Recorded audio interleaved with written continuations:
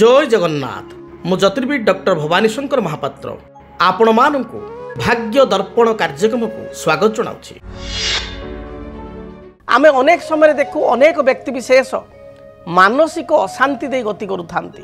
मन तांकर विचलित थाए, सबुबले भाराक्रांत मन नहीं गति करुथांती।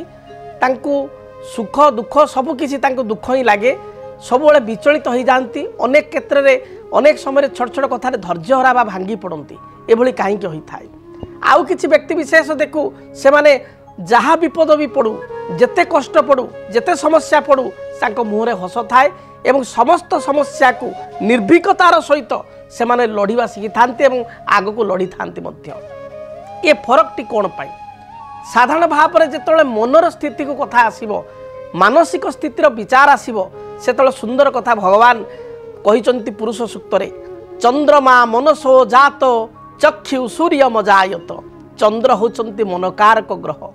हाँ आज्ञा, आपणक जन्म जातक आपणक जन्म कुंडली रे चंद्रमा आपणकर मानसिकता को आपणकर मन को प्रतिनिधित्व करथांती बा रिप्रेजेंटेटिव करथांती। जदि आपणक जातक चंद्रमा केतु सहित युक्त होता है, आप निज जातक देखंतु। जदि आपण कथा कथा के भांगी जानती, जदि आपण डिसीजन नहीं पारती नहीं, जदि आपण द्वंद्व मना, ताले आपण जातक को दया करी देखंतु। आपण जातक चंद्रमा देखिए निश्चय केतु सहित युक्त थिबे।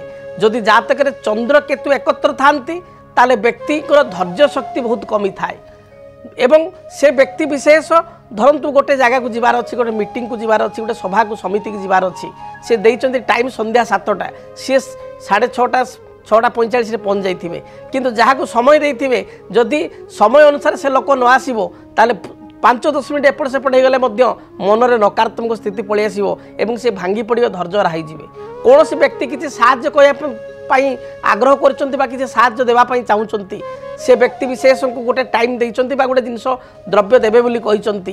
चंद्रकेतु थिबा व्यक्ति विशेष जातक जदि से समय केतले आसीबो, से आसीबे कि नहीं, से मन भितर केवल सही कथा ही भाड़ी होउतबे।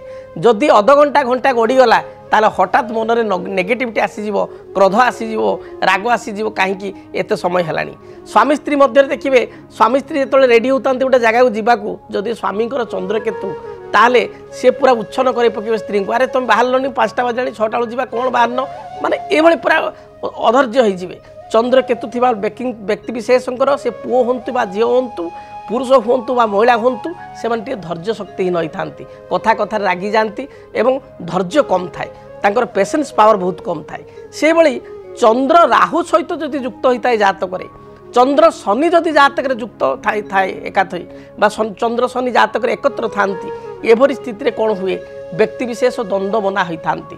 गोटे डिसीजन नेबा को बहुत समस्या हुए।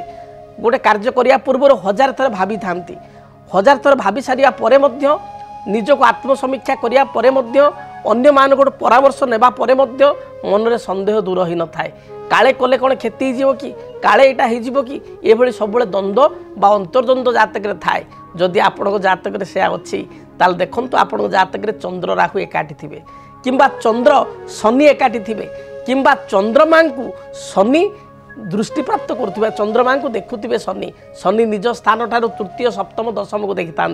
आपंकर जोड़ी चंद्र अच्छी, आपण को शनि स्थान ठार शनि चंद्र को तृतीय सप्तम दशम देखुवे, जद्वारा आप विचलित मना होती द्वंद्व मना होती।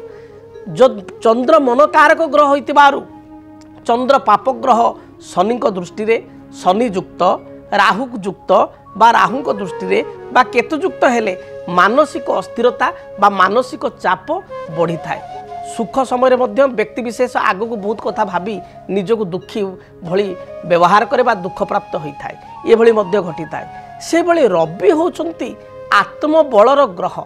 रवि को कहा जाए आत्मकारक ग्रह। समग्र संसार रे रवि होचंती आत्मा बा आत्मकारक।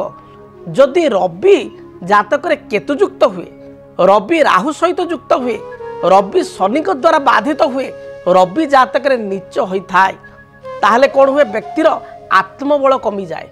मनोबल एवं आत्मबल दुईटा कथा।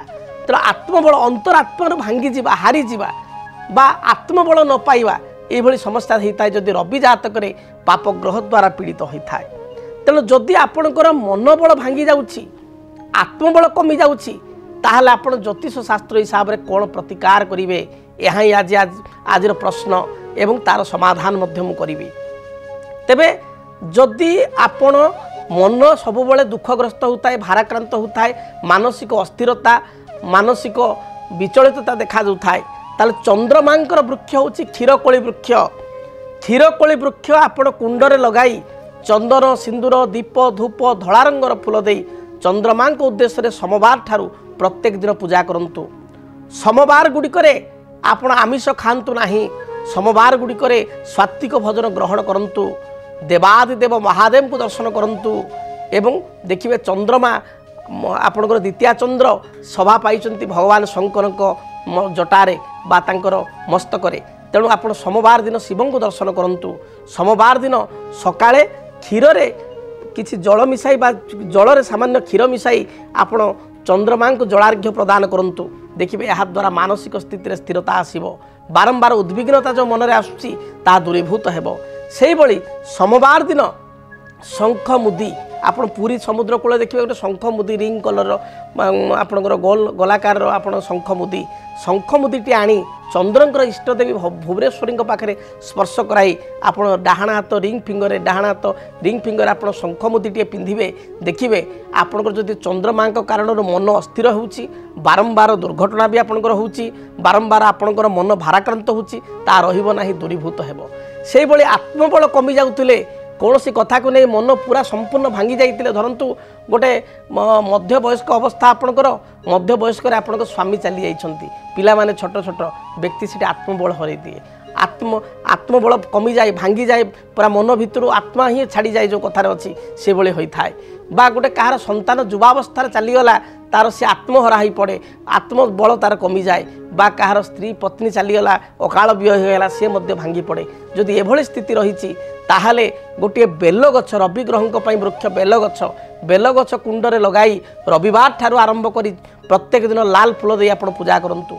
सूर्य को प्रत्येक दिन आपण तंबा ढाଳରେ गुड़ एवं राशि बा तिल पकाई ताको मिक्स करिकरी बा ताको मिसाई सूर्य को जलार्घ्य प्रदान करंतु। रविवार दिन आमिष खातु नाही। देखिए यह द्वारा आपणकर आत्मबल बढ़िबो, आत्मबल संचार हेबो। जदि आपणकर लग्न मेष लग्न, आपणकर कर्कट लग्न, सिंह लग्न एवं बिछा लग्न, धनु लग्न, मीन लग्न ए परिस्थिति गोटे नेचुराल पोल जहाँ कहते मुक्ता डाहाण हाथ अनामिका अंगुठी किंबा रिंग फिंगर आपन धारण करंतु। जदि रवि दुर्बल गोटे माणिक्य आपन धारण करंतु रिंग फिंगर रे, देखिए जहाँ भी बाधा विघ्न रही दूरीभूत हेबो। जदि आपणक जीवन रे व्यक्तिगत पारिवारिक समस्या, कर्मक्षेत्र नियुक्ति, वैवाहिक समस्या, वास्तुदोष एवं माली मकदमा आदि समस्या थाए ताहेले समस्यार समाधान और परामर्श पाई आमकु जोगाजोग करंतु। ज्योतिर्विद doctor Bhabani Shankar Mahapatra, Budheswari colony, plot number 26, Bhubaneswar. Phone number 9776833302 9439444924। आमर वेबसाइट www.srijagannathastro.com। डीटीवी ओडिया देखिवा पई सब्सक्राइब करंतु एवं बेल आइकन को मध्य दबाई दियंतु।